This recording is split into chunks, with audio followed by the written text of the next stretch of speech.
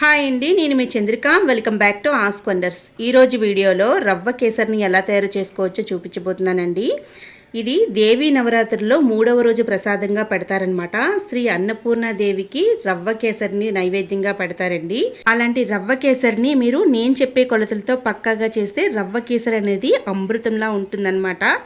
నోట్లో వెన్నలా కరిగిపోతుందండి. చాలా సాఫ్ట్ టెక్స్చర్తో చాలా టేస్టీగా ఉంటుందన్నమాట. వంట రాని వారు కూడా చాలా ఈజీగా సింపుల్గా చేయగలిగే స్వీట్ అండ్ ప్రసాదం రెసిపీ అండి. రాబోయే పండుగ రోజు ఈ రవ్వ కేసరిని చేసి చూడండి, చాలా పర్ఫెక్ట్గా చేసేస్తారు. ముందుగా వెడల్పు బాండి తీసుకొని 2 టేబుల్ స్పూన్ల వరకు ఆవిరిని యాడ్ చేసుకొని, నేను ఇక్కడ జీడిపప్పు, బాదం, కిస్మిస్ తీసుకున్నాను అనమాట. మీ దగ్గర ఏది అవైలబుల్గా ఉంటే ఆ డ్రై ఫ్రూట్స్ని వేయించుకోండి. చక్కగా లైట్ రోస్టెడ్ అయ్యేంత వరకు ఈ డ్రై ఫ్రూట్స్ అన్నీ కూడా వేయించుకొని పక్కన పెట్టేసుకోండి. చూస్తున్నారు కదా, ఇలా వేయించుకొని ఒక గిన్నెలోకి తీసుకొని పక్కన పెట్టేసేయండి. తర్వాత అదే బాండీలోని నేను ఈ గ్లాస్తో గోధుమ రవ్వను తీసుకుంటున్నాను అనమాట. మీరు ఒకవేళ క్వాంటిటీ పెంచుకోవాలనుకుంటే ఎక్కువ తీసుకోండి. నాకైతే ఒక గ్లాస్ అయితే నేను చేస్తున్నాను అనమాట. చక్కగా ఈ గోధుమ రవ్వని లో టు మీడియంలో పెట్టుకొని మంచి ఫ్లేవర్ వచ్చేంత వరకు రవ్వనైతే వేయించుకోండి. మీకు కావాలంటే మరికొద్దిగా నెయ్యి వేసుకొని చక్కగా వేయించుకోండి. నాకైతే నెయ్యి అయితే సరిపోయింది. ఇప్పుడు ఒక గిన్నెలోకి మనం తీసుకున్న గ్లాస్ రవ్వకి 3 గ్లాసుల వరకు అదే గ్లాస్తో వాటర్ని తీసుకుందామండి. వాటర్ని కాస్త మరిగించుకోవాలన్నమాట.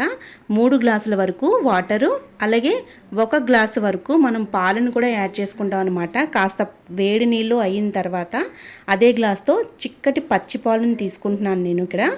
వీటిని బాగా పొంగొచ్చేంత వరకు మరిగించుకుందామండి.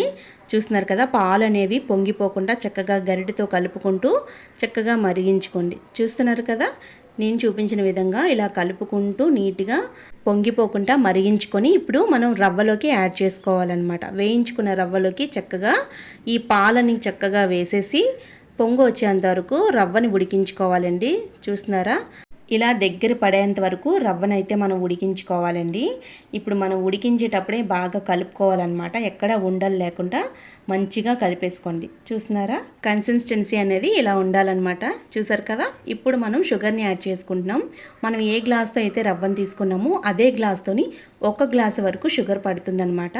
కొంచెం ఎక్కువ షుగర్ తినేవాళ్ళు కాస్త ఒక పావు గ్లాస్ వేసుకోండి, సరిపోతుంది. ఇప్పుడు షుగర్ అంతా కూడా మెల్ట్ అయ్యేంత వరకు రవ్వనైతే ఉడికించుకోవాలండి. బాగా మెల్ట్ అవ్వాలి. పాకం వచ్చేంత వరకు ఈ రవ్వని ఈ పంచదారలో చక్కగా కలుపుకుంటూ ఉడికించుకోవాలన్నమాట.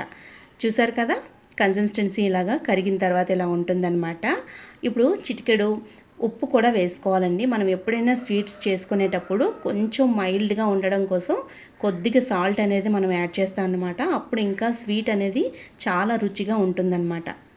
ఇలా పంచదార మొత్తం అంతా కరిగిపోయి ఉడికిన తర్వాత దీంట్లోకి మీరు సాఫ్రాన్ ఉంటే సాఫ్రాన్ వేసుకోండి. నేను ఇక్కడ ఫుడ్ కలర్ని యాడ్ చేస్తున్నాను. ఎల్లో కలర్ తీసుకున్నాను అనమాట. ఇప్పుడు ఎల్లో కలర్ అంతా కూడా కలిసిపోయేంత వరకు చక్కగా ఉడికించుకోవాలన్నమాట. దగ్గర పడే కొలది మనకి గట్టిగా అవుతుందన్నమాట. ఇప్పుడు కొంచెం కొంచెంగా మనం నెయ్యిని యాడ్ చేసుకోవాలి. మనం స్టార్టింగ్ 3 స్పూన్స్ వేసుకున్నాం అనమాట. ఇప్పుడు 2 టేబుల్ స్పూన్ నెయ్యి వేసుకొని మళ్ళీ తిరిగి ఈ రవ్వ కేసరిని బాగా అడుగు మాడకుండా చక్కగా కలుపుకోండి.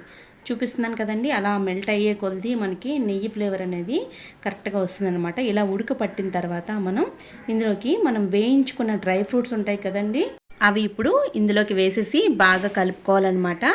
ఈ కేసరిలోని చక్కగా కలిసిపోయేంత వరకు చక్కగా ఉడికించుకోండి. చూస్తున్నారు కదా, ఇలా దగ్గర పడేంత వరకు చక్కగా కలుపుకొని ఇందులోకి మంచి ఫ్లేవర్ కోసం నేను ఇక్కడ పచ్చి కర్పూరాన్ని చిటికడంత వేస్తున్నాను అనమాట. చాలా బాగుంటుందండి. ప్రసాదాలు చేసేటప్పుడు చక్కగా మనం లాస్ట్లోని ఇలా వేసుకుంటే చాలా బాగుంటుంది. మంచి ఫ్లేవర్ కూడా పట్టి చాలా టేస్ట్గా కుదురుతుందనమాట. అంతేనండి, ఎంతో సింపుల్గా కేసరిని రెడీ చేసుకున్నాం కదా. మనం టెంపుల్స్కి వెళ్ళినప్పుడు అలాగే పండుగల పూట త్వరగా చేసుకునే రెసిపీ అనమాట. చాలా బాగుంటుంది, ఒకసారి ట్రై చేయండి. మంచి ఫ్లేవర్ కూడా ఉంటుందన్నమాట. ఇంట్లో సింపుల్గా చేసే ఈ ప్రసాదాన్ని మీరు కూడా ఇంట్లో ట్రై చేసి అమ్మవారికి నైవేద్యంగా పెట్టండి. చాలా చాలా బాగా కుదురుతుందన్నమాట. త్వరగా చేసుకునే రెసిపీ. ఈ వీడియో మీకు నచ్చినట్టయితే లైక్ చేయండి, షేర్ చేయండి. మీ అమూల్యమైన ఫీడ్బ్యాక్ని కామెంట్ సెక్షన్లో కామెంట్ చేయండి. మరిన్ని వీడియోస్ కోసం మా ఛానల్ని సబ్స్క్రైబ్ చేయండి. Thank you for all.